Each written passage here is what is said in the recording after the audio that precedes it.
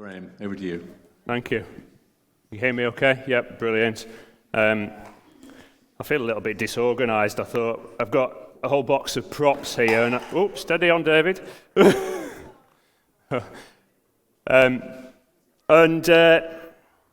thought, there'd be all the props I need in the food bank stuff, but obviously I didn't take note of what the message that Linda had put out for specific things.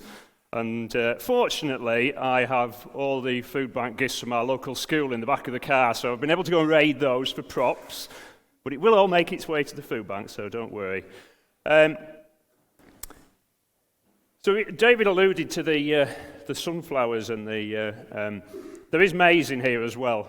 I know it doesn't really look like it, but I stripped them off so it showed. And he said that it'll become clear of why they're there. But to be honest, I thought they just looked nice. And it just set a bit of a background. But if you like, there is some relevance, particularly sunflowers, national emblem, aren't they, of Ukraine. And what's going on in Ukraine is, particularly at the moment, having a massive implications on the cost of living, on the cost of food, and the implications that that then has on the poor worldwide, and particularly we'll focus on the poor in our communities. I'm just going to wipe my glasses as well, because I seem to have a little bit of a fog. The benefits of being a farmer: always get lots of muck and mess, and often you don't realise until you try and read something that glasses are absolutely filthy. That's better. Oh, I even have a little bug crawling on my notes. Right, so Harvest Thanksgiving. Now, for many of us here today, Harvest Thanksgiving is probably something of an old-fashioned tradition. You might have been brought up with it, but you don't really feel that it's relevant in today's modern world, in today's society. And we live in a world where we can have access to abundance of anything at any time. Supermarkets are always full of anything we can possibly want at any time. A world of convenience and plenty.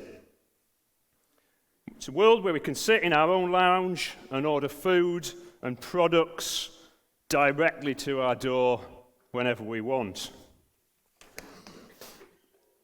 We've just gone into using, I'm not going to name the company, but a company that delivers fresh foods and meals directly to your door.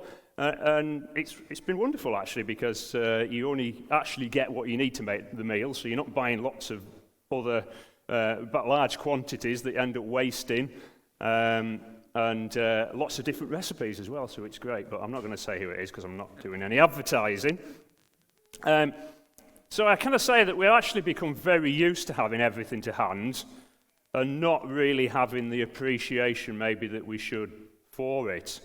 And if anything that the last couple of years has taught us, it's actually how fragile that system can be.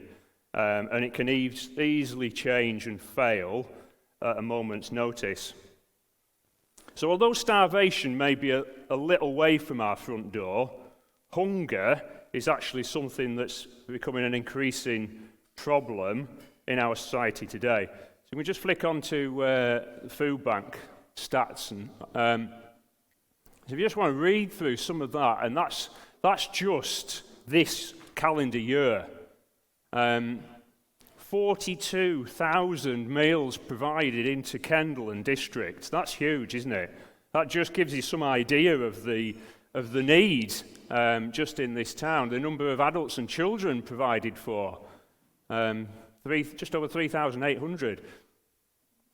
But really, that bottom one there, and really the second from bottom one, a 28% increase on the same time last year. That's massive, isn't it? And I don't think we've actually seen the end of that. That's probably likely to keep a similar trajectory upwards going forward. So historically, you can flick back to the other one actually, just for now. Historically, we've had a much greater connection with production of food, and our diets would actually change from season to season with the availability of different kinds of foods. And we don't actually have to step back very far to have a much greater appreciation of the availability of foods that we have today. Now, I'm not going to look at anyone in particular, but I'm sure there is people within the room that have experienced that massive change of moving from seasonal foods to being able to get anything you want at any time.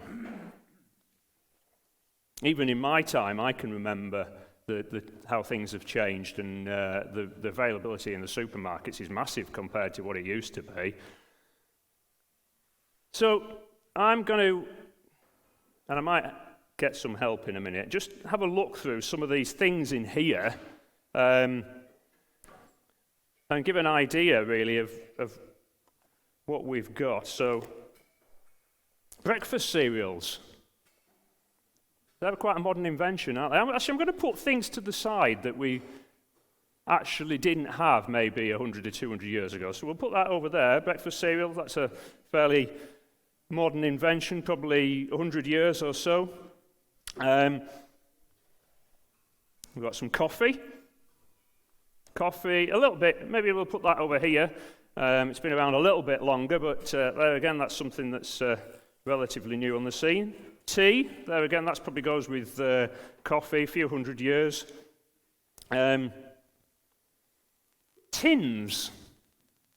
Tins, we've had tins for about 200 years. Now, apparently, Napoleon, he put out a contest for people to come up with an idea of something that would enable them to keep food fresher for longer.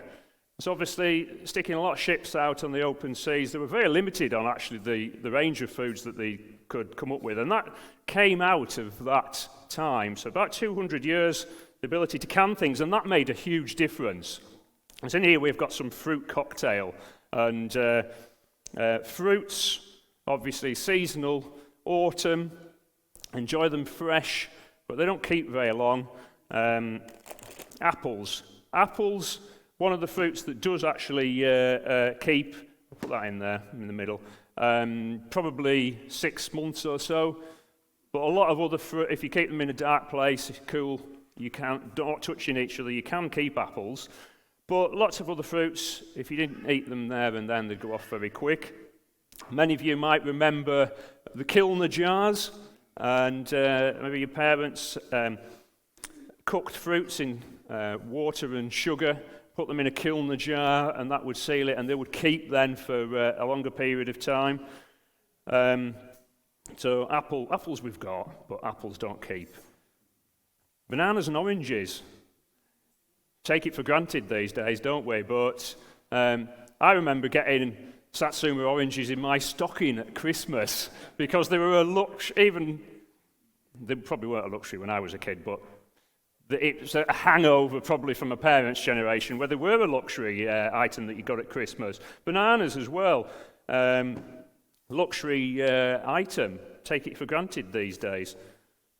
The humble potato. The potato can go right here. Potatoes will keep, and they'll last, providing they're kept cool and dry, they'll last the season through. Microwave rice, well, yeah, I was looking for proper rice actually, but there was nothing in the food bank stuff. But rice, although it is has been eaten for a long time and it will have come into the country for a long time, it would have been an expensive item when it had to be shipped from Asia. So we'll stick that over here. Tomatoes, there again. Tomatoes, your parents might have grown them in the greenhouse, but relatively new on the scene, really. Pasta.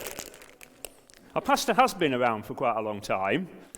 However, in this form, probably about here. It's about 100 years since they invented the production of dried pasta. Eggs. Now, you're used to getting eggs, aren't you? Fresh eggs whenever you want fresh eggs. We produce on the farm lots of eggs, and we produce a flat production of eggs all year round. But before the invention of the electric light, eggs were a seasonal product. You couldn't get eggs in winter because the birds have a natural cycle. Spring comes, the light increases, they start laying eggs. The light decreases in the autumn, they tail off and they'll stop in the winter. So in days gone by, you had to preserve eggs, pickling, or you could put them in a bucket with water and lime, believe it or not, and they would keep for up to a year. I'm sure some of the old ones would probably tell them what they tasted like. I'm not sure if they were great or not, but yeah. And then meats. Obviously, there's no freezing, there's no chilling, so meat had to be eaten fresh, or it had to be preserved in some form. So salting. Hear a lot in the Bible about salt, don't you, and the importance of salt. And you couldn't keep, particularly in warmer conditions, you just wouldn't keep very long at all unless you use something like salt or smoking or drying to preserve it, or you just had to eat it when it was fresh. So I need to move on, actually, because I could go on forever on that. I was going to ask people what their favourite foods are and to try and give you an idea of whether they were available a little bit gone back, but you can kind of see we've got a very... Well, I can probably take the bread out. We can put that there as well. I'll move that up there. There was very limited availability of foods on a regular basis throughout the year. Fresh fruits, fresh vegetables, all the greens. You could keep carrots and root vegetables; those sort of things would last. But greens, you had to eat them there and then, or they were gone, and they were very short seasons. So we've got so used to it, and it's so easy to be complacent and take for granted.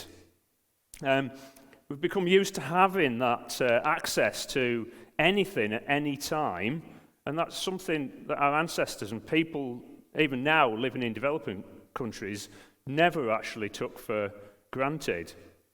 We don't have to think about planning weeks, months, or even actually a year in advance, so we stored things to keep us going through till next harvest or the spring when we've got some spring greens and things like that. And it was so important because it was what we needed to feed our families. It was what we needed to keep survival, really, was that planning and that organisation, that building up of stores. And for us, it's probably only an hour or two of planning ahead, often, for our next meal. And sometimes not even that. It's just, okay, I haven't got anything out for tea. I'm going to nip to Asda or wherever and get something. But recent world events really should have brought home the reality of how fragile the supply of food can actually be. Brexit, for example. You might remember large queues at Dover and struggling to get hold of things like salad, much of it which came from the Mediterranean, and other fresh fruits and veg that came from Spain and Italy. COVID caused all sorts of issues with the supply chains and left shortages of many products. And both of those have left us with empty shelves in the shop, probably for the first time in a generation. We're not used to it. We're not used to going to a supermarket and shelves being empty. And now the war in Ukraine, it's meant huge cost increases to food and power. And that really mustn't be underestimated. For me as a farmer, that's brought huge challenges. And as I say, we produce eggs. We've seen the price of grain go up 50%. And for us, that's the equivalent of 30 pence for a dozen eggs in extra production costs. And a whole range of other products, sunflower oil. Ukraine was the main supplier, really, to the world of sunflower oil, and that's gone up tremendously, obviously. Going forward, I think, really, we haven't really seen we're on the front edge of this at the moment, and the cost increases. Fertilizer.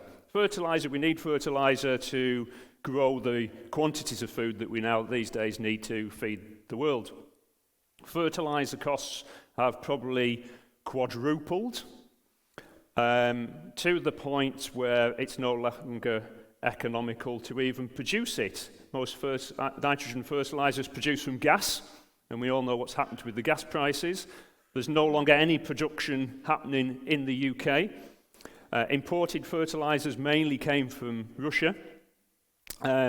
So harvests from this time onwards that are reliant on use of artificial fertilizers to make sure the yields are there, it's just not going to be available. So we're going to increasingly see reduced levels of production and increased costs coming through. And that will continue to bring massive issues for people, not only in this country but across the world. Ukraine also, and the Black Sea is responsible for feeding much of Africa and the Middle East. And we think it's hard for us here, but spare a thought for those areas really where the main of their food is supply has been squeezed.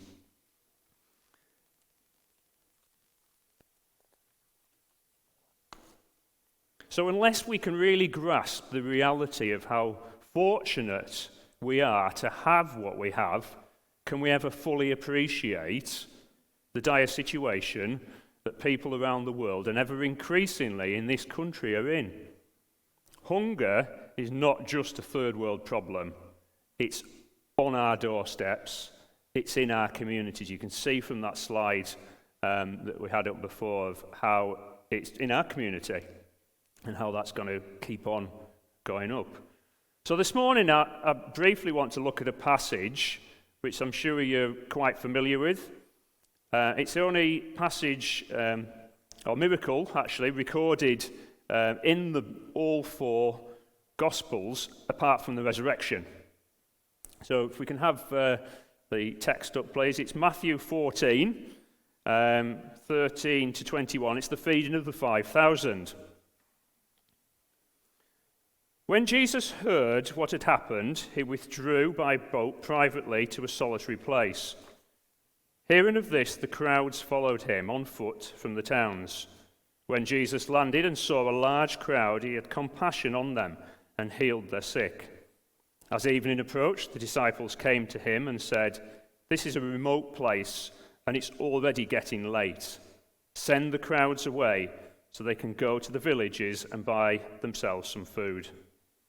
Jesus replied, "They do not need to go away. You give them something to eat." "We only have here 5 loaves of bread and 2 fish," they answered. "Bring them here to me," he said. And he directed the people to sit down on the grass. Taking the 5 loaves and the 2 fish, and looking up to heaven, he gave thanks and broke the loaves. Then he gave them to the disciples, and the disciples gave them to the people. They all ate and were satisfied. And the disciples picked up 12 basketfuls of broken pieces that were left over. The number of those who ate were about 5,000 men, besides women and children.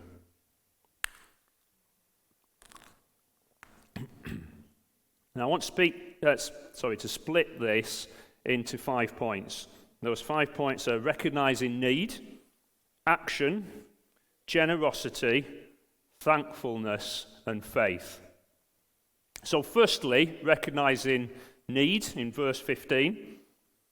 In this instance, seeing the need amongst them was probably not overly difficult. It was likely that the disciples were feeling probably the same need as all of the crowd, and that obviously they'd be hungry themselves along with everyone else. But they were in the middle of nowhere without any supplies, and their needs, as we say, mirrored the crowd. So for us, recognizing the needs of others around us might not be quite so obvious. If we have plenty of food in our own house, we've got easy access to the shops, we've got the money to pay for it, we live in an area that's reasonably affluent, and we don't experience the need ourselves, then it's easy to overlook the need of others. We're so often caught up with our own busyness that we don't actually see what's happening around us. So it's so important that we keep up to date with what's going on in the world and in our communities, that we keep informed of the impact of current political, social, and world affairs and how they impact the community all around us, so that we can then fully recognize the need that is out there. Action. Jesus calls his disciples to action, verse 16. The disciples had already come up with a solution before Jesus called them to action. Would their solution have met the needs of the people, or just moved the issue of a hungry crowd out of their sight? It was a remote place, and there was a lot of people. 5,000 men, most likely probably in excess of 15,000 once you included women and children, maybe more, maybe less. It was late in the day, and most of the food that was available at any of the markets would have gone earlier on in the day. Fish from the previous night's catch would have been landed, brought to the market, sold before the heat of the day started to make the fish go off. Baked bread early in the morning would also have gone. Fruit and veg picked the day before would probably mostly been sold. There'd probably be a few scraggy bits left over. And it was a remote area. And we live in a densely populated country, don't we, where we're never really far from a large town with plenty of shops. But if you can take yourself and imagine that you're in a, and some of you walkers will be able to do this, a remote place in rural Scotland. You're on foot, and any villages within walking distance are probably not more than 100 or 200 people. And within those communities there might be a small shop, but that small shop will only carry enough provisions to feed the people that are already in that community. They're not going to stock masses and masses of food because it's going to go off, or it's just going to be a big cost for them to carry. So rural Israel at this time is probably very much like that. And even if it had been morning when the markets were well stocked, there would only be sufficient food really for the normal sort of sales that they'd expect within their normal customer base. And certainly not enough to feed 15,000 people, that's for sure. And Jesus could have performed a miracle at that point, but he didn't. He chose to use them in the miracle. So this is just as relevant for us today. Jesus calls us to be involved and take action. Now we see that up and down the country. The vast majority of food banks are run by churches. Now this is a direct response to Jesus' call to action to remember the poor. So at this point, I want to actually honour Alistair and Linda and all the other food bank volunteers for their immense effort, their dedication, and their unswerving commitment in serving those in need within our community.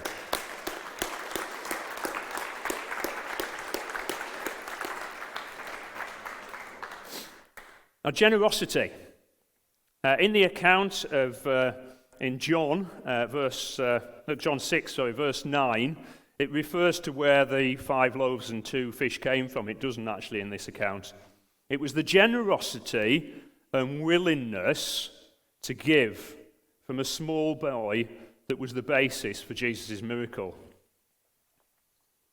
Now that boy didn't have to give anything, but he chose to give for the benefit and need of the people that were around him. Now he was so generous, in fact, that he most likely brought Jesus everything that he had to eat that day. And when I was putting together this preach, I've found that part incredibly challenging and never really read it that way, in that he gave everything for others. Now, our generosity can, not always, but it can be limited sometimes by the surplus that we have, and we give out of that surplus. But this little boy was prepared to go hungry so that others didn't actually have to. And what happened within that he actually ended up having more to eat, and so did everybody else, out of his own generosity. He didn't actually have any idea at the time, when he gave his food, how it was going to end up and how much there was going to be. So just let me be clear at this point that I'm not saying to you all now you need to give everything that you've got. But the boy is very comfortable in doing that with his meal on that day. But what I would encourage you to do is to let God speak into your hearts about developing that childlike willingness to act in a spirit of generosity when we see the need around us, and then let God do the rest. Thankfulness, verses 18 to 19. At this point, the disciples have seen Jesus perform quite a few miracles, but nothing quite on the scale of what's about to happen. Verse 17,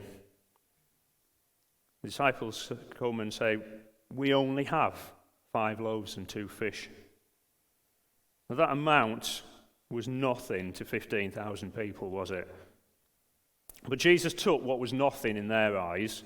He broke bread, gave thanks for what they had brought to him.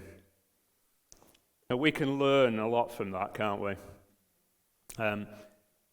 In that, even for the smallest, most insignificant things, we can be thankful for what we have.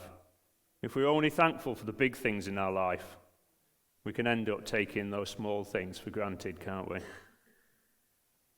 So, and we can do that in our own day-to-day when we go off to the supermarkets.